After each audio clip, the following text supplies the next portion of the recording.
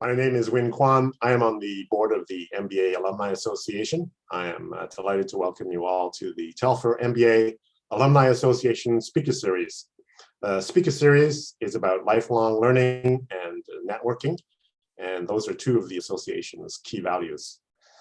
Now, it's a custom at the university to pay respect to the Indigenous people at the beginning of all of our events. So we acknowledge the Algonquin people and their longstanding relationship with this territory, which remains unceded. We pay respect to all Indigenous people in this region from all First Nations across Canada who call Ottawa home. We acknowledge the traditional knowledge keepers, both young and old, and we honor their courageous leaders, past, present, and future. Today's event is in English, but if during the question period you would like to use French, please feel free to do so. Our speakers will be delighted to answer you in French. I'm pleased to host today's topic. It's 2022 disruptions, Freedom Convoy and Russian invasion of Ukraine, the financing side. It's amazing, 2022 has just been a jaw-dropping year. And these are two events that have just been knocking people off their socks, really, in terms of like being unexpected and being disruptive. Through crowdfunding, millions of dollars were raised to support the convoy protests. The government's emergency measures gave banks the power to freeze the accounts of those who supported the illegal protests, as well as forcing funding and cryptocurrency platforms to comply with anti-money laundering and terrorist financing rules. On the subject of the Russian invasion of Ukraine, several economic sanctions and related measures have been put in place. In both cases, how effective are these financial measures and sanctions? And what are the loopholes and the challenges with overcoming these loopholes? We've got two speakers to help us explore these issues today. Our first is Marc Tassé. Marc Tassé is an investigative and forensic accountant, an award-winning lecturer at the University of Ottawa's Faculty of Law and at the Telfer School of Management. He is a globally recognized expert on corporate financial misconduct, crisis response, and ethical leadership. Marc is also an alumnus of the Telfer MBA program. Noah Arsenoff is a lawyer, professor, business consultant, and advocacy strategist with experience in the public, private, and association sectors. For the past several years, Noah has worked as a senior counsel with a federal crown corporation where he provided advice related to regulatory and compliance issues in the financial sector. He teaches anti-corruption law at the University of Ottawa's Faculty of Law, and Noah is also an alumnus of the French Common Law program at the University of Ottawa. So please help me welcome Marc and Noah. I'm going to start right off the bat. As an Ottawa resident and being a downtown resident, I really want to know what happened to the money that was raised by the convoy. Can we just talk about that? What happened to all the cash, and can we expect that cash to come through to some of those poor people, poor businesses and residents who are kept up at night and got everything, their lives all turned upside down? We'll start with that. Well, first of all, thank you very much, everyone, for allowing us the chance to speak with you about something that both Noah and I are very passionate about. And we're going to try to make it as interactive as possible. So we're going to really go from back and forth, and we always do that. And poor Noah, because I'm very unpredictable, you never know from which side I'm coming from, but it's all good. He's getting used to me. And for the other people that were either my former MBA students or you know how weird I am sometimes. But anyway, so where's the money? Well, that's the big issue. But first of all, where did the money came from? That was the first issue, because if you want to actually take that money and to give it back to someone else, you need to be able to identify where did the money came from. And that's the problem with crowdfunding. We used to say, okay, well, crowdfunding is used for a good reason, and it was all good. The intention at the beginning was great. But now people are using crowdfunding to actually finance any type of activities, but it's hard to track. It's hard to say, okay, well, who were those people? And did they only found a way to maybe split the amount, so that way you cannot really know who is the beneficial or the ultimate beneficial donor? I'm just going to say ultimate beneficial owner. I'm going to say ultimate beneficial donor. Who really donated to that? And with the Freedom Convoy, we have heard all kind of things saying that most of the money came from the US, but when you were looking at the donors, it didn't really always came from US people. So it was a little bit complicated. And with the actual laws that we had in place, At that time, it was not that easy to identify. Maybe Noah, if you want to continue on discussing about it. Yeah, I'll take a little bit the other angle on this is that so crowdfunding was always, it was designed as a way to kind of contribute to a cause. What happened though was the problem was instead of it being on the donor side, so Mark has illustrated the donor side, but it's on where the money goes. Where does it end up? That part has always been a little bit opaque because you're not always totally sure what the foundation is necessarily that you are contributing to, or who controls it, which accounts that money goes to, how it's distributed, and what happens with it at that point. So let's say the Freedom Convoy raises $5 million. Where is that $5 million? Where has that gone? What accounts is it sitting in? How is it being spent? That part is relatively opaque. I think to me, it's almost a little bit easier potentially with crowdfunding to identify the donor side than it is to identify where the money goes and ends up. Thoughts, Mark? Yeah, that's an interesting point about the donor side. It just occurred to me that I have a picture in my mind, crowdfunding. Okay, there's a person sitting at a terminal somewhere, and he's going to give $30 to somebody for some cause.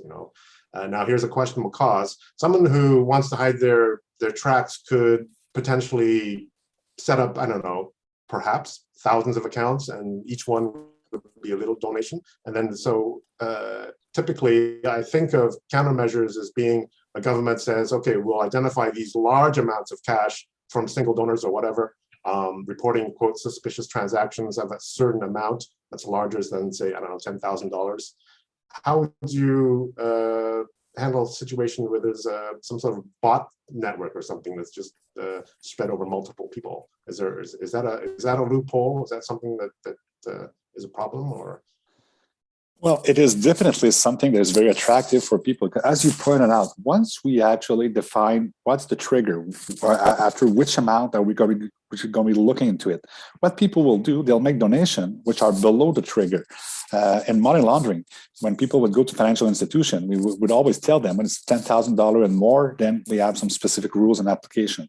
Well, what they would do, they would actually go and make a deposit of $9,999. Yes. And we would refer to those people as Smurf. So, and in the money laundering world, we call those people Smurfs. Well, those Smurfs now don't need to go to financial institution anymore. They can just give online. So they can make donation online to a crowdfunding. And then you might wonder, yes, but they have to support a cause. Let's say I'm a drug dealer, and Noah's my lawyer, joking. But so let's say I'm a drug dealer and I'm selling drugs and I'm making $100,000 of income from the drug.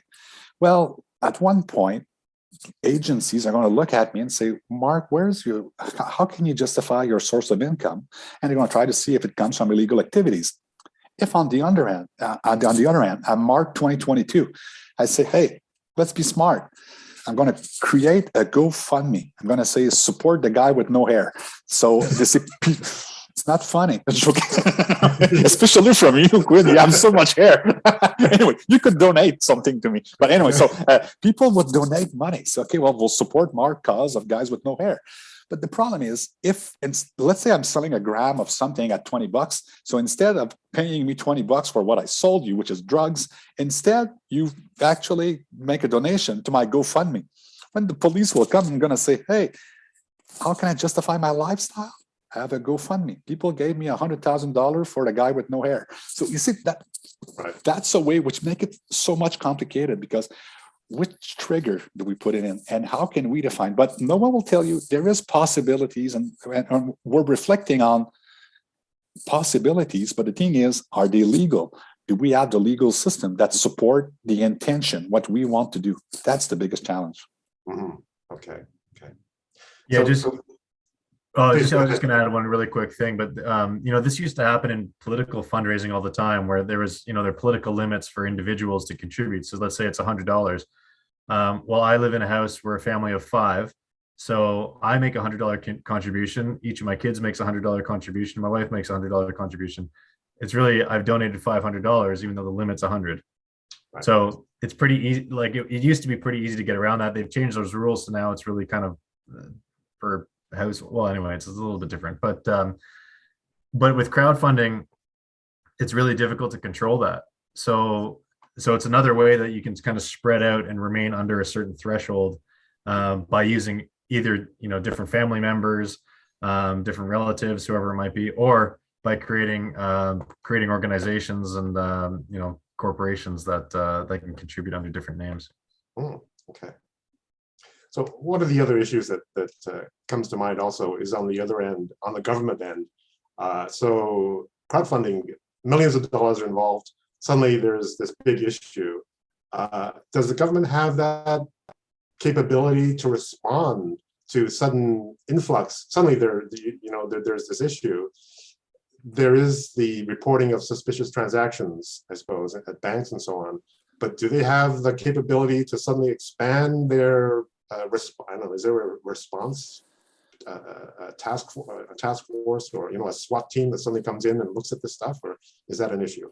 They are working on it. The problem with the government, they're always reacting to actions. They're not in the prevention mode. They're always in the reaction mode because they think like good people. They're good people. People at the government should think like criminals to say, you know what, if I was to do something, how would I do it? And because this all comes down to that. And the problem right now is when you're reacting to something, you need to make sure that you have a law that will support it, whatever action you want, because it always comes from a loophole. If there is a loophole, then there we go. Some people will take advantage of it, but then you're going to need to fix that loophole. But how do you change a law? How long does it take? It has to go before the House of Commons, the Senate, and so on and so on. So it gets way more complicated than just to say, okay, there's an issue, let's solve it. In the real world, this is the way we see it. But when we're dealing with laws, you want to make sure that the way that all the proceeding that you're using are actually 100% legal and are following what we have defined as being good practice. Other issue is that with crowdfunding, it became popular because some people saw there was a loophole. They saw that it was not legislated. So they said, okay, let's take advantage of it. And these days, at first, when they started with crowdfunding, that was with really good intention. Like someone was having an issue, like it was a fire, they lost everything they had. Okay, let's start a crowdfunding to help them out. These days, it's really weird because I saw gang members that are accused of having committed crimes, and they're actually setting up GoFundMe account to actually get them the chance to get the best lawyers possible. Years before, we would say, you're going to take legal aid, the lawyers, if you don't have money. Now we're going to set up a GoFundMe for you to actually get yourself the best lawyer in town in order to get the biggest chance to win. Because if you think of the Freedom Convoy, at first they said, give money to support our defense. Come to a point, it's okay, so I'm giving you money because you're going to do something which is illegal and you want us to help you finance your defense. So it's something that might be seen in a different way. But I see my friend Noah, who's really thinking. Every time he does that, he goes, yes, Mark, you brought us somewhere. So Noah, have fun. I'm going to throw a wrench into this a little bit because maybe this is where Mark and I disagree. But I think there's two important concepts to think about. And one is what's the intention of having laws in place? And the intention is to really criminalize behavior that is unacceptable. So the idea of money laundering is something that should be criminalized. So we have tools to do that. We have a money laundering regime. It's not perfect. There's adjustments that can be made to it. But Mark gave a great example. So, okay, so someone is accused of a crime, regardless of whether they're an organized crime member or whatever else. Everyone under our legal system is entitled to defense. Is it criminal then to raise money in order to pay for a lawyer?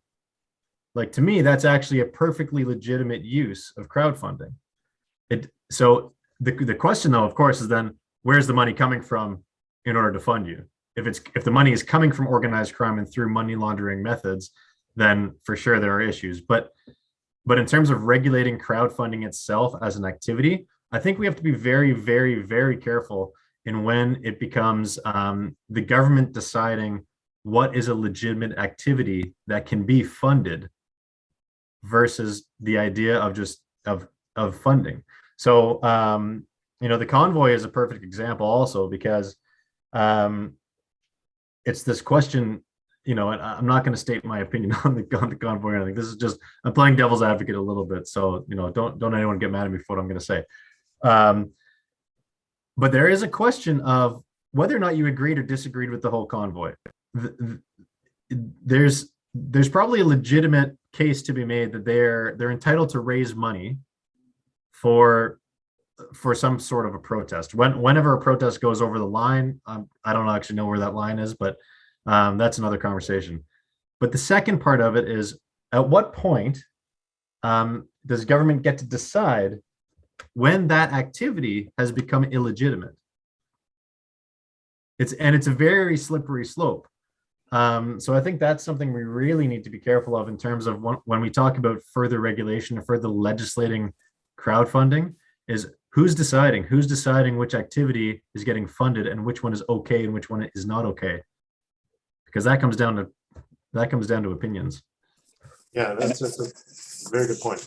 And I totally agree with Noah, because it will be interesting to see what's going to happen to the police officers in Ottawa and Toronto that actually gave to that crowdfunding, because right now they have been actually under sanction, I think, or they're actually under investigation to say what they did. They supported something that was illegal. So how do you deal with that? And this will be very interesting. And just for everyone today who's attending the meeting, Noah and I, we co-teach a course in the Faculty of Law, and we always do that. And we always agree to disagree, which is great. So if you think that we're weird, no, we're just giving you like two different sides of the same reality sometimes, because that's the only way things can evolve, is when we see things differently. So yeah, it was. Oh, sorry. No, you're going to say something? No, I was going to just throw in one more wrinkle about the convoy, because I know, if people are local here to Ottawa, so there's different ways that people describe the convoy. So I'm going to just describe it one way, partly to get a reaction out of people.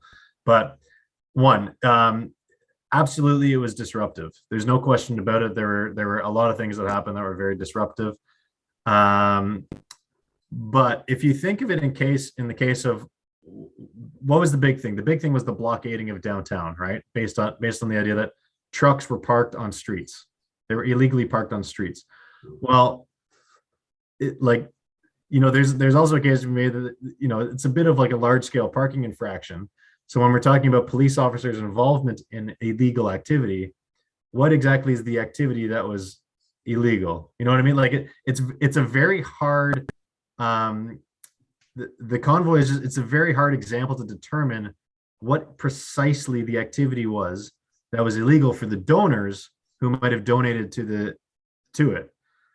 Because there were so many different things that were mixed into it, right? So it's anyway. I'm just throwing that out a little bit to get reaction out of people, but it's a tough one. It's really a tough one. Yeah, it's interesting how this works, because just thinking about it, at some point the government decided to freeze the bank accounts of certain people.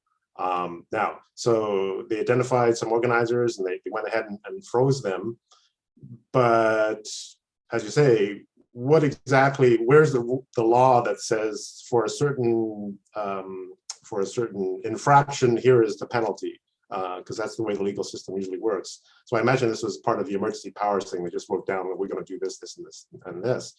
But the weird thing is, this thing can, the next time this happens, it could be some other sort of thing, and you won't have time to put laws in. So does this mean that we're going to see more emergency powers type reactions in the future? Yeah, if I was the government, I would have been extremely hesitant to put the Emergencies Act in place. Namely, for that exact reason, is that you do create a bit of a precedent. And remember, the government in power today is not the government in power tomorrow. Governments change, priorities change, causes that governments support change. And so what's popular today is going to be unpopular tomorrow. Do you want to give a future government the ability to point to the precedent that was set today for a cause that's going to happen tomorrow? It's a very slippery slope, and I hope, I don't know for sure, but I hope that they went through every single possible alternative to try and deal with the situation before they resorted to the Emergencies Act, because to me it would have really been absolute last resort. Yeah. One of the interesting aspects of the convoy is just this huge, the huge participation, the whole business with social media. I wanted to get your opinions on that aspect of it as far as the financing thing goes. At some point, Give, Send, Go, I think that was it. They had their database hacked, and suddenly we had a list of all the people there who had given money to this cause. There was some significant blowback from the rest of the people who were, very upset by what was going on. So one of the key principles, I think, in corruption is transparency, right? If you know that things are going on, then this might help prevent future issues with people supporting dubious things. So what are your thoughts on that? Is that something that can be used to, I don't know, put a kind of a halter on people, make people think twice before donating to perhaps borderline movements? No, I'll let you start, and I'll add up on that one. Okay. So yes, for sure. I think everyone in this day and age needs to pause and really think hard about what they are contributing to, what they're posting online, all that kind of thing, because you're constantly under a microscope. And at some point, something you've done that is made public, might be fodder to be used against you. The only thing I'll add, though, about the donors to the convoy was people donated at very different times to this thing. And a lot of donors actually donated before they even arrived in Ottawa. So are we able to distinguish based on those public donor lists when people donated? Because I think there is a big difference if you donated, when the trucks were still kind of rolling through the prairies versus once they'd already been established here in Ottawa after 2 weeks, right? Like I think in the minds of everyone, what the convoy represented was it changed over time. It became very different, and donating after they'd been in Ottawa for 2 weeks, I think was much different than a week before they got here. So I'm no big fan of social media overall. I think it creates a lot of pain points in society. It's funny because I do believe that people are entitled to a certain level of privacy, but at the same time, people go on, Instagram and whatever else and, show the world everything about themselves and kind of, voluntarily let go of their privacy. So, yeah, Mark, what do you think? Well, I like your point when you said we have to be careful with social media, because I think with the convoy, we were really lucky that it was very cold, because otherwise we would have seen a lot of people maybe wearing Telfer hoodies. So imagine if national TV would have, because it could, they have a right to support. We could not tell our students or our employees saying, we don't want you on the hill. So imagine if there would have been a lot of people with their free hoodies that we got a couple of years ago. And so they're proudly wearing their hoodies of Telfer. And then all of a sudden, when there was the improvised spa, they would have put a Telfer banner. That would not have been good. So that's the problem with social media. How can you, because as Noah pointed out, it started with an intention, and then it evolves around and very often that's the problem that happens is with social media. We usually post what will attract the most attention, and the coverage is when things goes bad. As Noah was pointing out, while they were rolling from the prairies back to up to Ottawa, there wasn't much attention because there wasn't much to say in the media. So it's always really dangerous, and we need to focus on the reputational risk. A lot of time we think about the legal risk and the financial risk, but what about the reputational risk? those truckers who had the truck of their company they were working for, some business owners were saying, hey, I'm not that proud to see my employee there with my truck, because right now CBC or Radio Canada are always filming, and we always see, like, it is publicity. But and years ago we used to say, hey, it doesn't matter, talk about me on good or bad, it doesn't matter, as long as you talk about me, that's publicity. Well, in these days of age, I'm not sure that that's really something that you would want to. You want to be the one controlling your image. And when we're talking about reputational risk, I think this is what actually came out with the Convoy and all those things. Say, how do we manage that?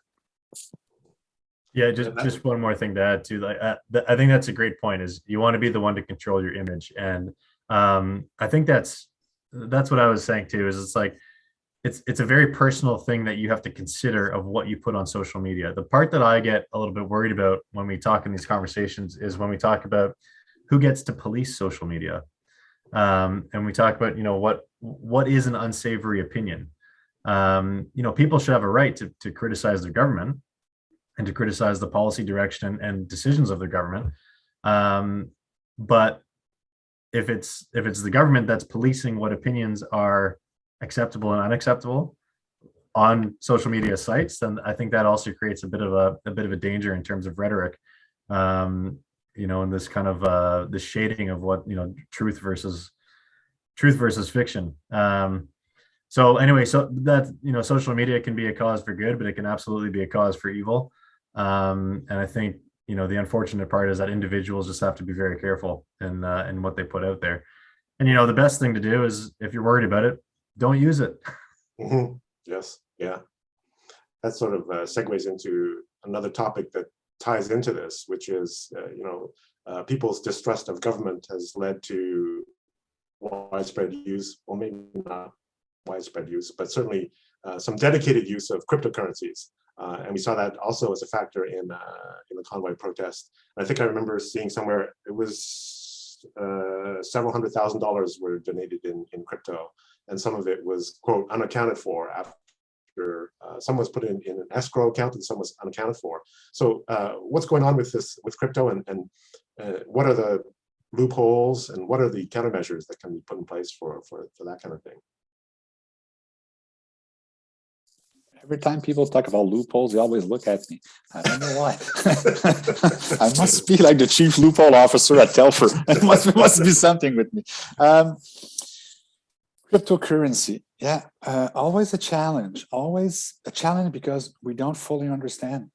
How could we understand better? Talk to our students. Talk universities. Like, if you talk about cryptocurrencies, and I'm not going to name the university, but there is this one university in Canada that are leaders in cryptocurrencies. They actually know how to develop cryptocurrency, but they also know how to use it for criminal organizations. So it's always a challenge. It's always like, what is your intention? And when people give you cryptocurrency, it doesn't mean they have bad intention, but it's just more complicated to trace it, to identify the people. And then how do you define the value? Cryptocurrency, it's fluctuating so much. I give you $1 million of cryptocurrency, maybe today it's worth $500,000. So why would you want to pay me in cryptocurrency? There might be some very good reason, because it is actually legal. So it's legal, but is it ethical? And this is always where it comes to this question about, hey, if someone decides to pay me in cryptocurrency, it's not illegal. Do I consider that to be legal? Some universities might accept tuition fees that are paid with cryptocurrency these days. Is it something illegal? No. Do you want to be seen as the university that accepts cryptocurrency? Maybe not. It depends on how you assess your reputational risk and how you perceive ethics in this dilemma. So that's. Yeah, crypto is a really tough one. I mean, there's people like it and dislike it for the same reasons. One, it's not regulated, so there's advantages and disadvantages to that. It behaves like a high risk stock, as in the value of it fluctuates wildly. So there is the potential that if you pay, the recipient might actually increase their value of what you paid them, right? So $1,000 worth of Bitcoin turns into $5,000 worth of Bitcoin pretty quickly.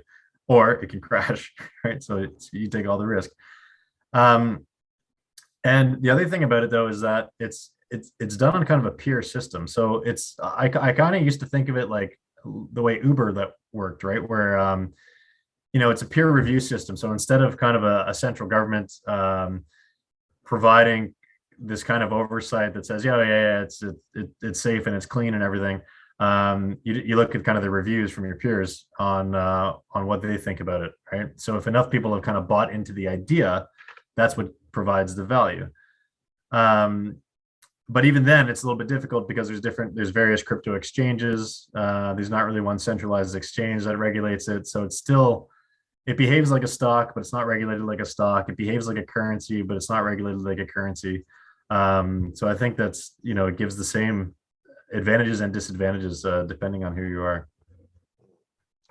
So in some senses, this brings in the multinational sort of context. GiveSendGo was an American company who decided to do the crowdfunding after GoFundMe dropped out. So I remember reading somewhere that the government Canada said a lot of these fundraising places have to register with Canada's government and have reporting requirements.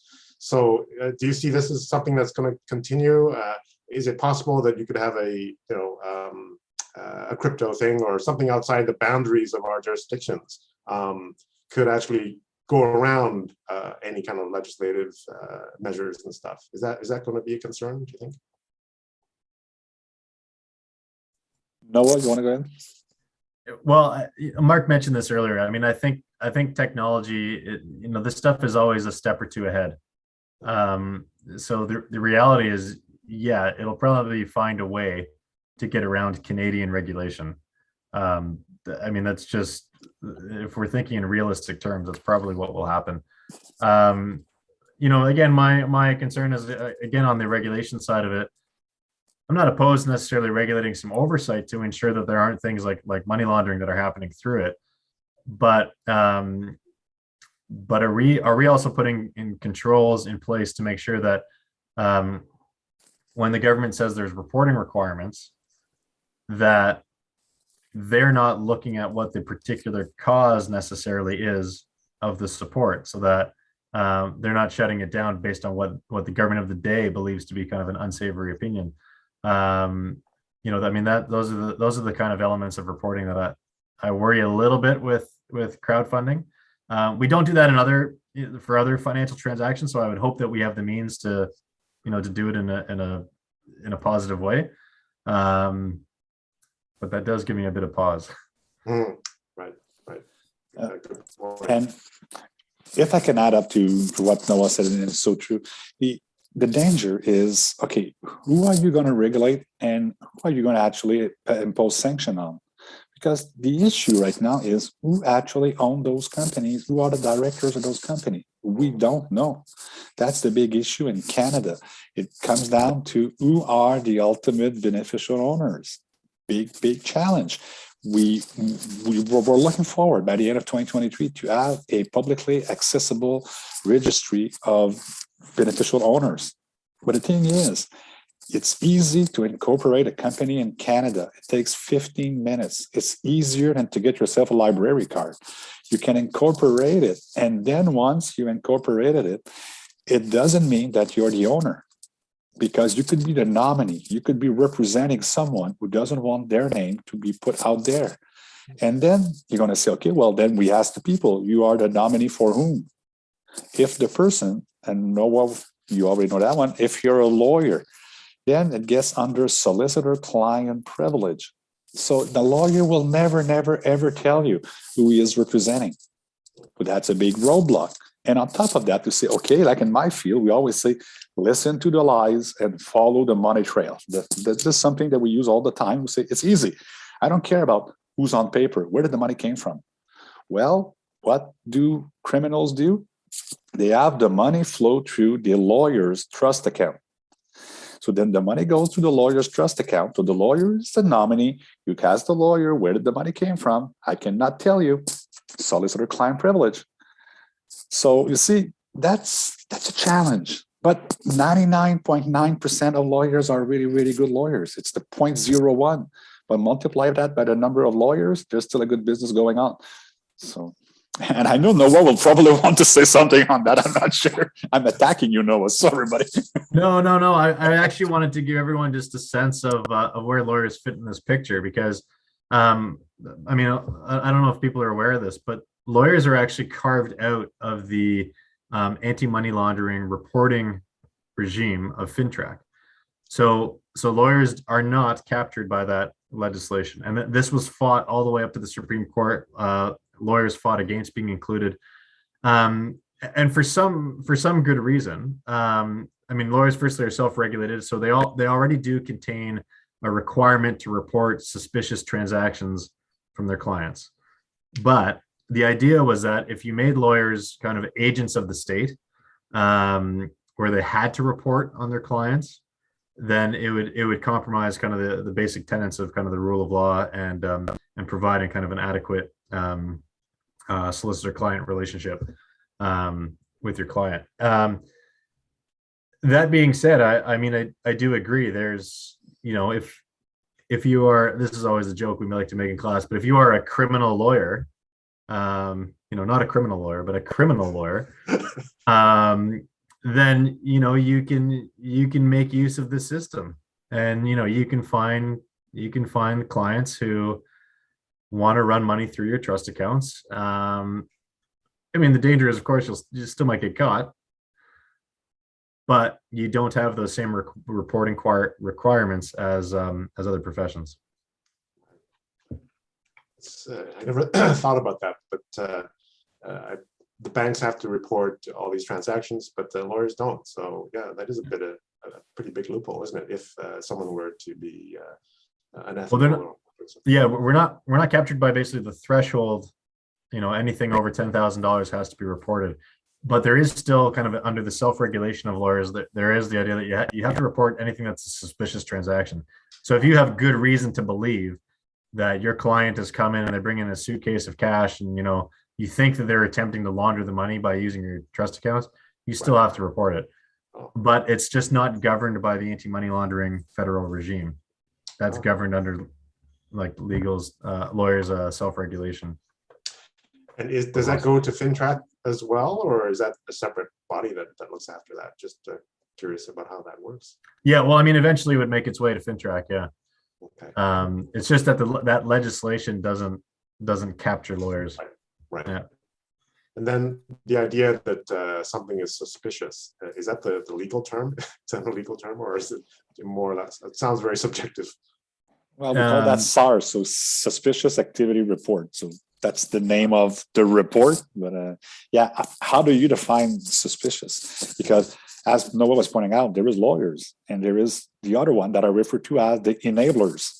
So they make money out of it. They promote themselves that way. Like internationally, you say, okay, do business with that lawyer. He's going to actually enable it for you. So, and there is accountants that are not better than lawyers. But the thing is, we're more regulated now.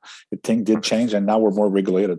But now we're looking at the lawyers and we're saying, wow, you guys are lucky. No, we didn't say it this.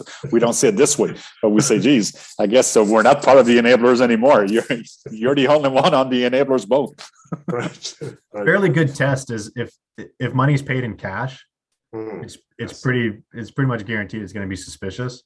Right. But I think now with the evolution of crypto, I think you could, you know, the same thing can be said if instead of paying $5,000 on a credit card or whatever it might be, you're using crypto to pay for it.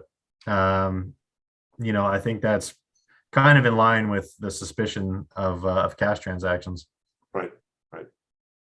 So just a reminder for our audience, if you have any questions, drop them in the chat. We'll be coming to a Q&A session closer to the end of today's discussion. We're going to move now to the subject of the Ukraine war. And can we talk a bit about the measures taken here, and what are the countermeasures that have been taken against moving funds and doing business with Russia as far as Canada is concerned? Okay, so I would say that, yes, the Canadian government really stepped up to the plate, and with other governments around the world, in which we said, you know what, we're going to impose sanctions against oligarchs or people that we have put on a sanction list, which is all great. And we say, you know what, we're going to seize their assets. on paper, it makes so much sense and it's so cool, but it's a wrong sense of security, because you know what? You're only going to sanction the people that you know who own those assets. So if we go back to what I was saying before, like if I'm an oligarch and I own real estate in Canada, but I have it under my nominee, who's my lawyer, well, how are they going to sanction it? They don't know that I own it. The only thing they can actually sanction is what I own.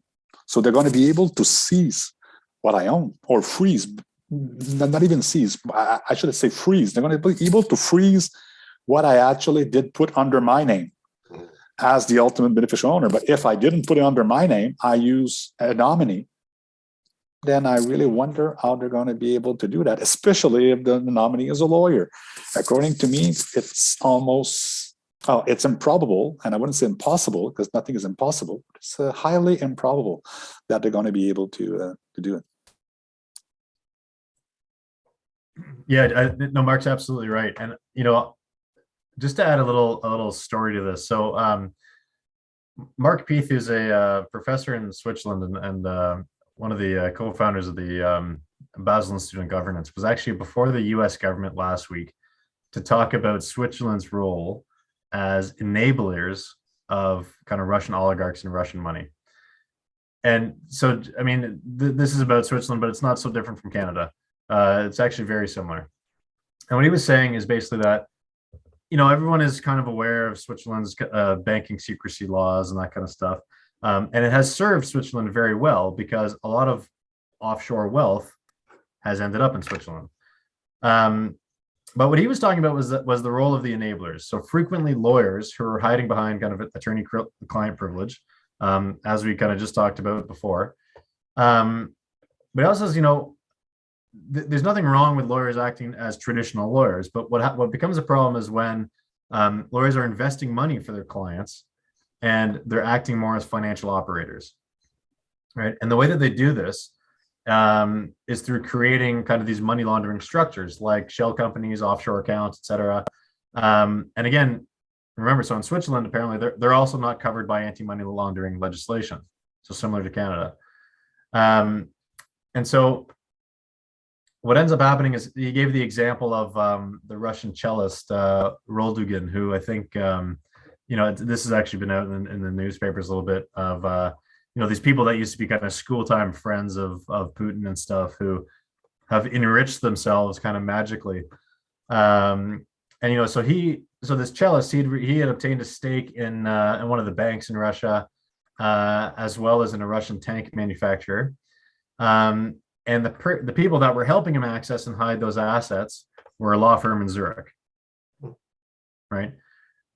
And so you can put these sanctions in place, but unless you can get access to who the ultimate beneficial owner is from the law firm in Zurich, the sanction might not actually accomplish what it's intended to do. So same thing in Canada, right? We have pretty good corporate secrecy laws, if you will. Which means that it can be equally difficult to identify who actually owns the assets that we're trying to sanction. So there have been stories of the seizure of oligarch yachts and so on. So that's been pretty explicit in the headlines. So is it just that these oligarchs didn't know or weren't prepared to set up these things beforehand? Is that basically why they lost their assets? No. I think it's because they felt safe about it, to say, okay, you can identify it belongs to me, but how can you prove that I got it from, that I had, we'll call ill-got it, so we got it from an illegal way. So right now, they're able to freeze it. They might even seize it. They cannot sell it. So we have to be very careful with that. International laws actually have been very clear on that, to say, hold on for a second, you need to prove that it was ill-gotten.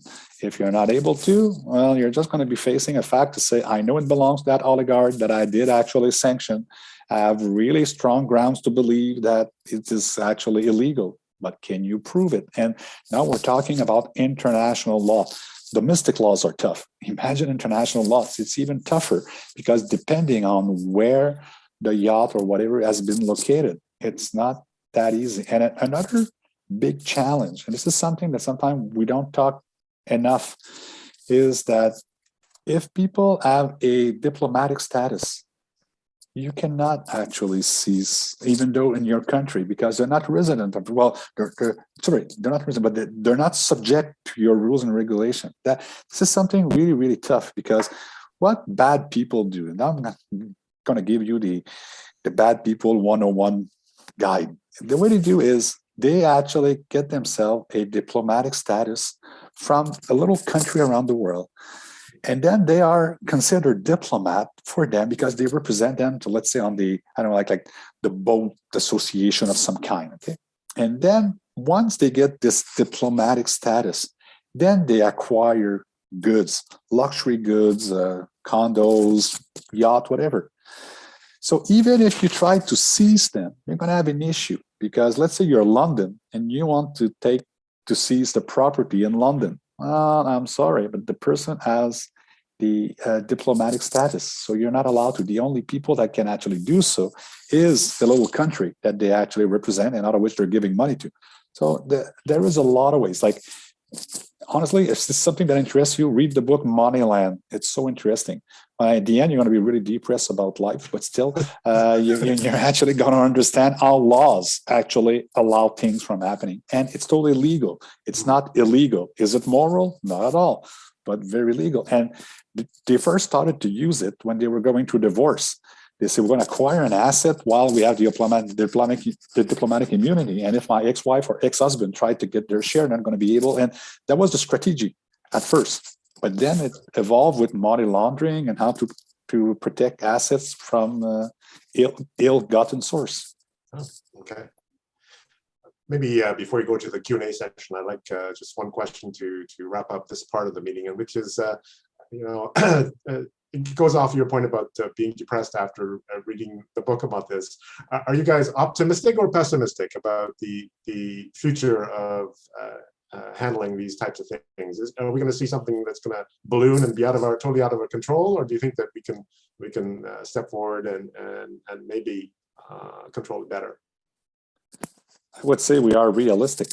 We know that if there's continue to be major problems like the one we've been living in right now, well, it does actually accelerate the process. The government need to step up. For example, the public registry. It was supposed to be in effect only at the end of 2025. Now it's going to say it's going to be at the end of 2023.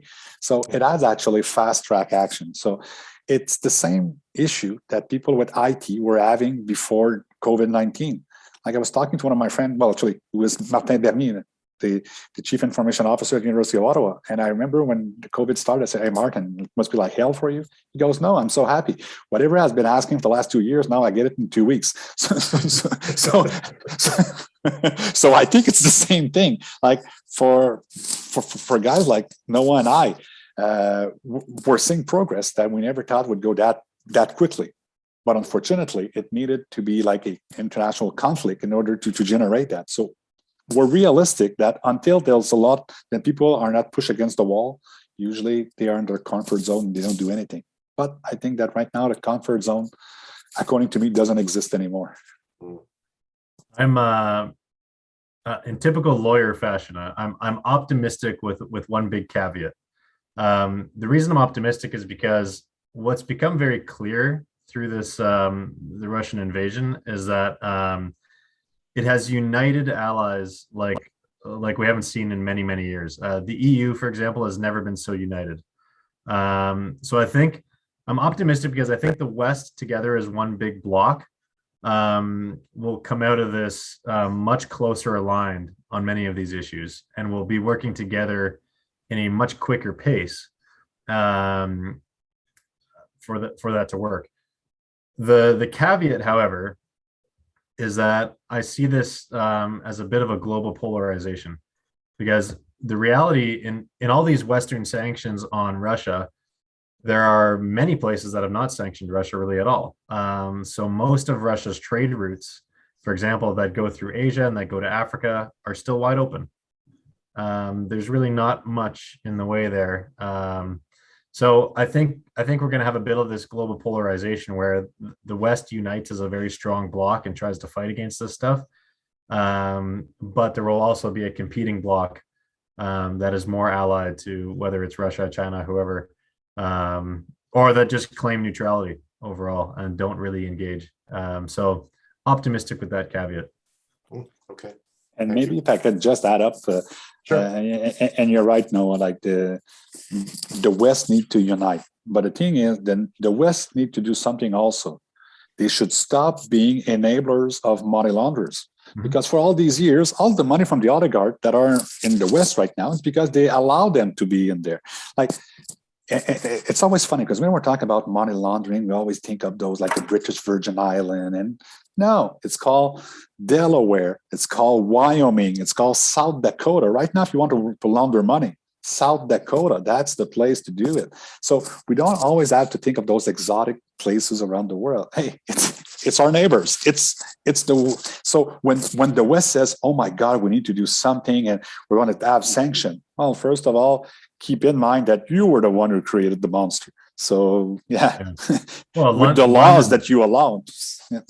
London's a great example, right? I mean, there's an entire neighborhood in London called Little Moscow because literally the oligarchs just bought up all these mansions, and wacko to them sit empty. But it was a way for them to move money into the UK and to own an asset that then just sits there.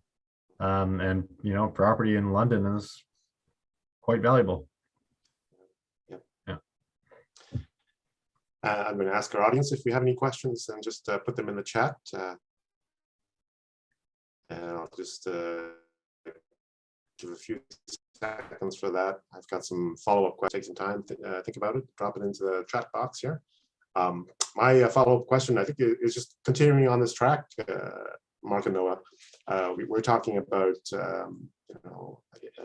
international scene here. How is Canada doing with comparison to other countries? Are we ahead of the pack? Are we behind? Are we kind of in the middle? In terms of the anti-money laundering and these types of marginal financing activities? Well, we had a pretty good reputation. We were actually considered the snow washing capital of the world. So we were able to attract a lot of investors, and it was really good because it helped our real estate economy. And Noah always laugh when I say that. Noah's a lawyer. He told me once that, you know what, Mark, you have the right to remain silent. This is something. Okay, but no, honestly, like we have been seen as the snow washing capital of the world. It's the best place to launder your money. It's easy. Like no question asked. And on top of that, the real estate market is really good. And the economy in Canada is very stable. So hey, it was beautiful. So no, like we have actually used it to our advantage, believe me. Well, not we as Noah and I, but a lot of enablers have used it to their advantage. Is it going to change? I sure hope so. And that's my biggest, I would say, wish if it's actually stopped, because when we're going on the international base, like Noah and I speaks a lot of different international events. Well, we always say, hey, we're Canadian. And we always say when we travel, it's something good to be Canadian. These days, you're Canadian. Yeah. You're the enablers. But it's not that to that extreme, but still, even though we talk about anti-corruption, anti-money laundering, they still see us like, wow, you guys, do you really like your local newspaper, or you really understand your laws? Because technically, it's not what you're telling us. So it's a challenge, but I think it's going in the right direction. Before I let Noah takes over, I really want to thank all of you to have attended this meeting today. I need to step out because I need to go teach, and I don't want to be in trouble. So I'm going to go teach, and I'm going to let Noah continue. And as Noah always said, Mark, you have a right to keep silent. So I should have used that before. Thank you very much. Thank you so much, Mark. Thanks for coming. We'll have a departing gift for you for later on. It won't be in cryptocurrency. I was about to say a gift is considered for Noah and I to be something illegal. Please, if you're doing so, we're going to consider that to be entrapment. And entrapment is considered to be illegal in Canada. Thank you. It's all being recorded. Okay. Sorry, go ahead, Noah. No, I said I'll do my best to answer questions if they're more up Mark's alley, but I was going to add to what Mark said, but I lost my train of thought. So don't worry, we can move to the questions. Okay, sure. Kevin has a question here.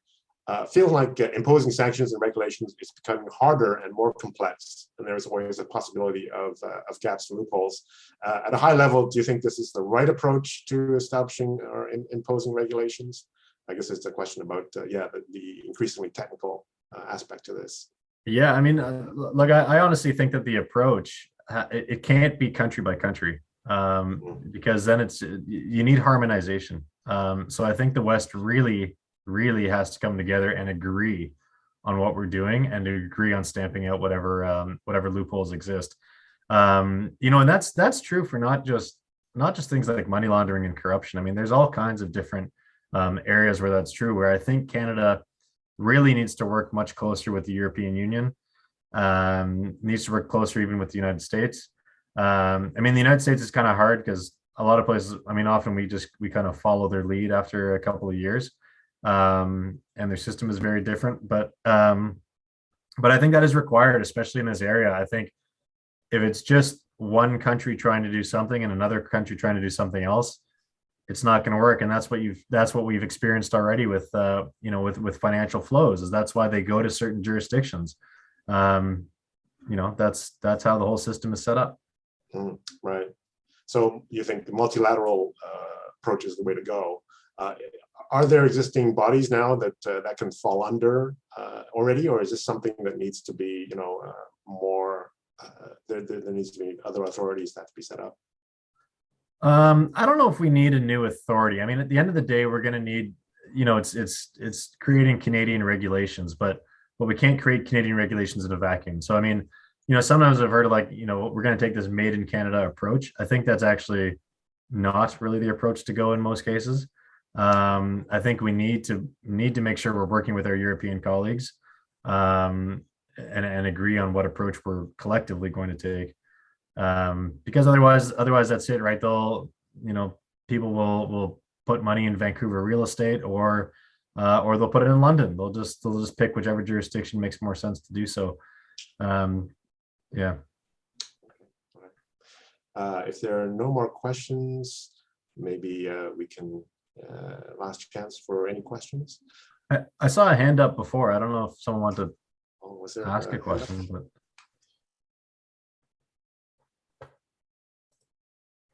Oh, okay. Yes, there's a. Okay. All right. Looks like there isn't any more questions then. All right. All right. Thank you, Noah, for coming today. We're just starting to get into it. It's a fascinating topic with so many ramifications and so many threads and so on, all the way down from the brass tacks of people on their keyboards donating tiny amounts to massive amounts that somehow disappear into illegal gray spaces and so on, and the area of oligarchs with their multi-million-dollar stashes. I like the idea that you shared about lawyers being enablers there, that whole thing, and that is something that doesn't get a lot of attention compared to the banking thing, and how that works. I also like Mark's idea of the smurfing, which is an interesting concept. Boy, yeah, people can be very creative, I guess, when it comes down to these things. I mean, if people are familiar with the Panama Papers and stuff, I mean, the law firm that was based there, they became kind of world famous because they were the enablers for basically everything that came out in the Panama Papers, of setting up various shell companies and nominees and this and that. And they made kind of a mockumentary movie about that law firm, which was quite funny actually. But so I had one final idea that I just totally forgot to mention with Kevin's question. The other part of harmonization, I was saying with our international colleagues, but it's also internally. So when we were talking about a beneficial ownership registry, a public registry, so that initiative is being done at the federal level, but it's also important to know that in Canada, you can incorporate provincially. And so if we don't have a harmonized public registry system with all the provinces, it's not going to make much difference if we have a federal registry. So that kind of regulation has to happen across the board in Canada as well. Oh, interesting. Yes. And that's something we didn't get into at all, the idea of the provincial versus federal jurisdiction and the overlap and so on. Yeah, I it's know, always a problem. yes, that's right. Ontario has a terrible reputation for securities regulations and so on. There's, it's basically another whole area of discussion. Yeah. Yeah. So yeah, thank you again, Noah. I'm going to say that this organization of this seminar always takes a fair amount of work, and I got to thank Kevin and Christine, who has been doing quite a number of things for us to make things happen smoothly. So I want to also thank those two for their help. Also, if you have enjoyed this event and you'd like to donate to the MBA Excellence Scholarship, please do so. There is that link there. And as well, look in the chat for a survey. Take 2 minutes to fill out the survey and give us some feedback on this event, whether you enjoyed it. And I certainly did. It was a great discussion. And yeah, send us your opinions. We're going to look forward to seeing you again at this event. Thanks once again to Noah and everyone else for showing up today and learning a bit about this tricky issue. Hope to see you again sometime at our next event. Thanks a lot. Thanks, Win. Thanks, Christine. Thanks, everyone, for organizing, and thanks for attending, everyone. Thanks for the invite.